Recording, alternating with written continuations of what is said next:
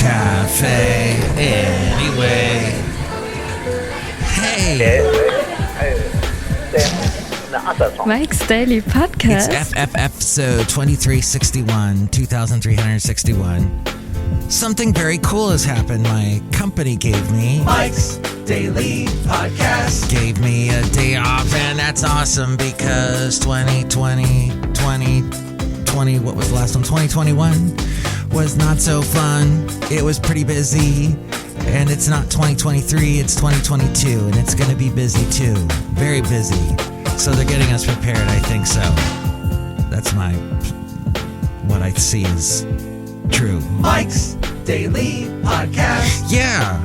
So that's what's happening here in the one magical world of Mike's Daily Podcast. Mike's Land. Daily. Perhaps you don't have the day off. Podcast. Perhaps you do. And yeah, I'm thinking you don't because I heard so many cars go by my house today. And that means that kids are back in school.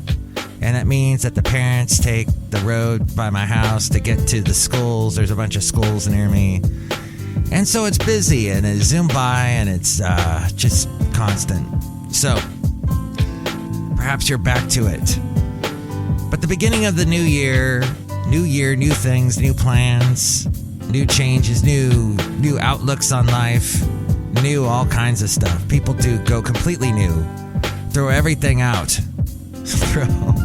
There was quite a few bulk pickups going up around Podcaster Valley. People just chucking stuff. They allow you that free bulk pickup day if you have a house, if you have a residence. You call whoever the waste management people are, and Alameda Waste Management, I forget their name. But you schedule a pickup day, and they say, okay, on the regular trash pickup day that you have, you're able to pick up this much stuff. I think it's something like 26 cubic feet or something to that effect. Anyway, you got to keep within that limit. If you go over it, you got to pay like an extra $100. But people getting rid of stuff, and I got rid of a bunch of pretty awful furniture. And here's today's podcast picture. And now everything is shiny and new, like a new podcast. And yay! So the podcast picture today, perhaps you would like to know, is of Patches the cat, the feral cat, who has become good friends with us, and lets us pet him, lets us say hi to him. And you can see a picture of him at MikesDailyPodcast.com hanging out. He was the one that got fixed, and then he suddenly stopped talking to us. We, just got on his bad side after we fixed him. Basil the boxer would not have appreciated a cat walking around the house. He would have chased that cat right out of the house, I'm sure. The late, great Basil the boxer there. But see a picture of Patches at MikesDailyPodcast.com. So, let's say one of your plans is to lose weight. Maybe it is your kids. You think your kids need to lose weight. Well, obesity in children was a documented issue in the United States before the pandemic, and physicians are reporting an increase during the pandemic as well, with studies finally finding significant weight gain, especially in younger children. 5 to 11.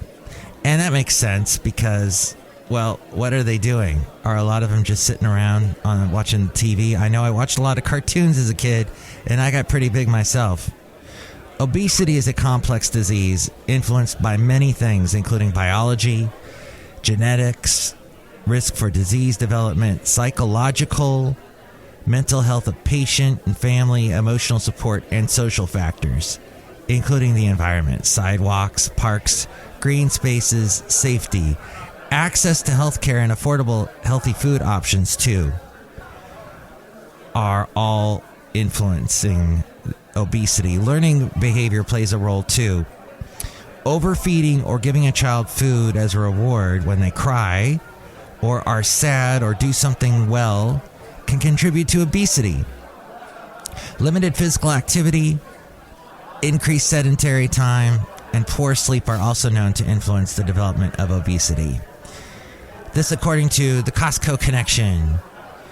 Now, the steps to take would be to first see your pediatrician for your kid, general practitioner, family doctor, who will measure your child's body mass index and review their growth pattern.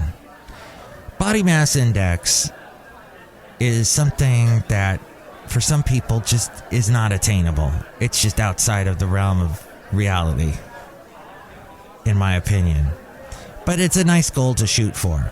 Once the doctor diagnoses a child as overweight or obese, they screen for related medical conditions like diabetes, high cholesterol, hypertension, and non-alcoholic fatty liver disease. The doctor will ask about the mother's health during pregnancy, plus the child's eating and exercise habits, as well as review child and family medical histories and the amount of non-school screen time. There's so much screen time these days. The screen time is on their phones. Maybe you decided to give them one of those. Is it still called a Game Boy? I forget what they call them. The little handheld video games. So many things, tablets, so many ways to occupy their time and keep them sitting. The doctor will also ask about the child's eating speed. You know, if they eat too fast, which a lot of kids do. Heck, a lot of adults do. A lot of adults I know. I'm always the last person eating. Now, that might be because I go and get seconds when I'm with friends. If I don't get seconds as much as I used to, though, and that's another thing. Getting seconds that can lead to obesity in a big way. But like, people eat too fast and they don't enjoy their food, and therefore they want to eat more because they're not satisfied. Also, there's boredom, nighttime eating behavior, and any food sneaking and or hiding behaviors. The physician may also assess the family's mental health and social history. The treatment plans that they then give you provide a roadmap for making changes. As we go outside a Cafe Anyway, where we bring you Mike's Daily Podcast, somewhere in Podcastro Valley at Cafe Anyway, the last place on earth, where we're serving only healthy food today. I noticed Starbucks is doing like a meat-free week. And there's all this meat-free stuff going on. People going meat-free. And then we had some friends bring by some kind of German traditional pork roast with sauerkraut and mashed potatoes and peas. And that totally reminds me of my childhood, because my mom, who's German, and my dad's mom, so my grandmother, her mom was German. So there's this pork roast fascination that I grew up with. I don't know if that's German or not, but man, delicious. And probably not the healthiest thing. And there are definitely pluses to not eating meat. I know Radiolab just did a thing about meat allergies. Don't know if that's a true thing or not, but meat allergies. I do say, however, and all the studies show this, that you need to put more vegetables on your plate. More fruits, more vegetables. Now, for breakfast today, I had no smoothie. I had no fruits at all. And that's not good. Not a good way to start the year. And I've just now inspired myself to go make a smoothie. Something healthy, using fruits, bananas, a tiny bit of peanut butter, because peanut butter's got a lot of fat in it, but it gives it a little bit of taste. And just, blending it all up, and it tastes magnificent. Maybe throw an avocado in there, it makes it more smooth. But the treatment plan will then look into behavioral changes, developing healthy habits. Treatment plans are more than the number on the scale and include strategies for improving day-to-day functioning. An effective treatment need not be complex. Several simple changes incorporated over time will help most families. And this can apply to not just kids, but adults losing weight as well. It may include limiting calorie-containing beverages. Yes. Those sodas, not a good idea. Yeah. No, don't take my rights away. Don't take my rights you're taking away my soda. it's up to me. It's my decision if I want to put sugar in my body or have the diet-free stuff that's maybe just as bad because it's got some other weird chemical substitute. But are we drinking too much soda as a nation? That was the question like more than 15 years ago at this point. New York banned the soda and all that. But as a rule of thumb, if you're drinking a lot of calories in your beverages, a great way to lose weight is to cut all those calories, all those beverages out, those caloric beverages out, and just stick with water. Maybe a little bit of coffee, as we found out on a recent podcast here at Mike's Daily Podcast. Coffee has a lot of antioxidants in there that can help you. Add some cinnamon, and you've got even more antioxidants. But yes, calorie-containing beverages, get those out. Limit the second or third helping of food to vegetables only. And getting more physical activity. It's a great idea for all of us. And a treatment plan can be driven by the family with small, specific, measurable, attainable, realistic, and timely goals. And that is very critical. It keeps you motivated. Eat less, exercise more is not a specific plan. If your child hates vegetables, a goal can be trying 2 new vegetables per week for 4 weeks, or trying 1 new vegetable 3 different ways in the next 2 weeks.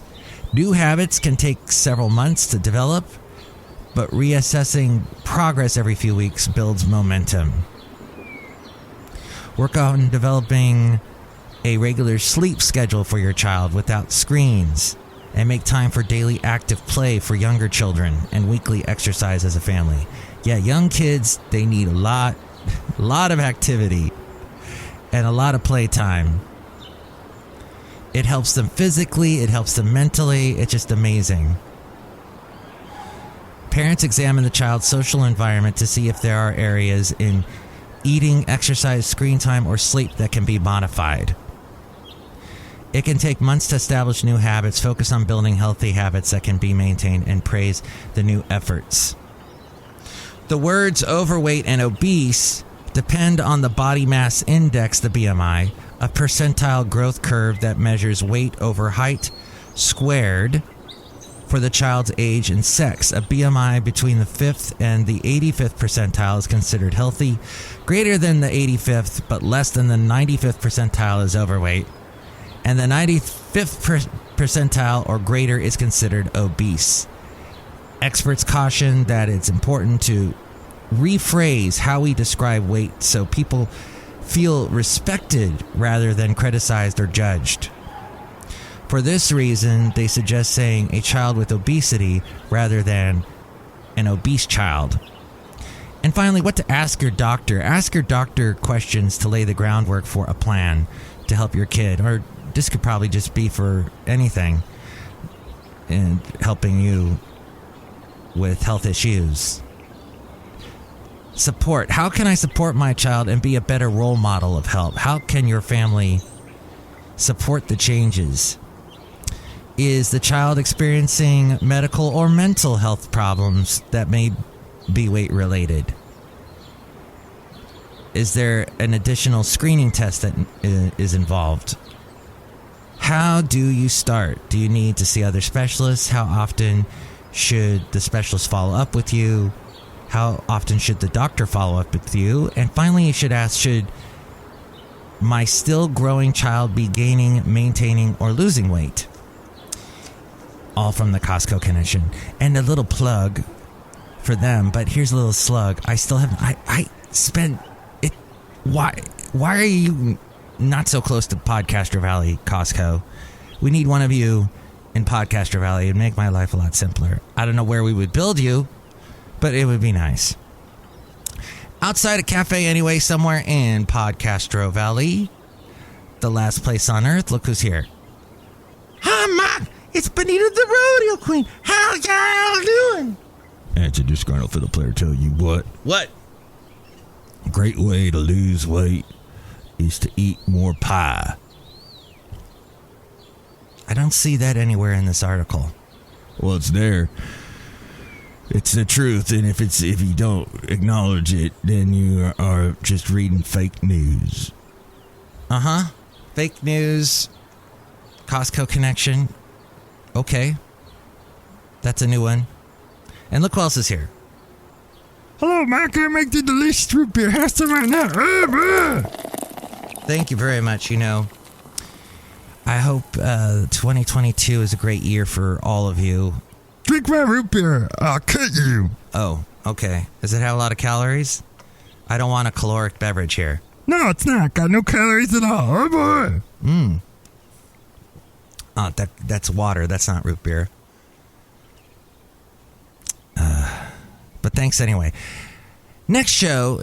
You shut your mouth when you talk to me. We'll get to let's see, who's the next show? Next show it'll be Madame Rootabega, Valentino, and Bison Bentley. Have you had any thoughts pop into your head during this podcast? Any ideas? Anything you'd like to share? You could let me know. 336mm daily. 3 + 3 = 6 mm, as in Mike Matthews daily. As in what this podcast has been daily for a couple of days. It's been amazing. So yes, please let me know, and we'll talk about it next show. Take us out, A-Frame. Mike's Daily Podcast is written and produced and performed by Mike Matthews. His podcast is super easy to find. Download or listen to his show and read his blog at MikesDailyPodcast.com. Email Mike now at MikesDailyPodcast@gmail.com. See you tomorrow. Bye!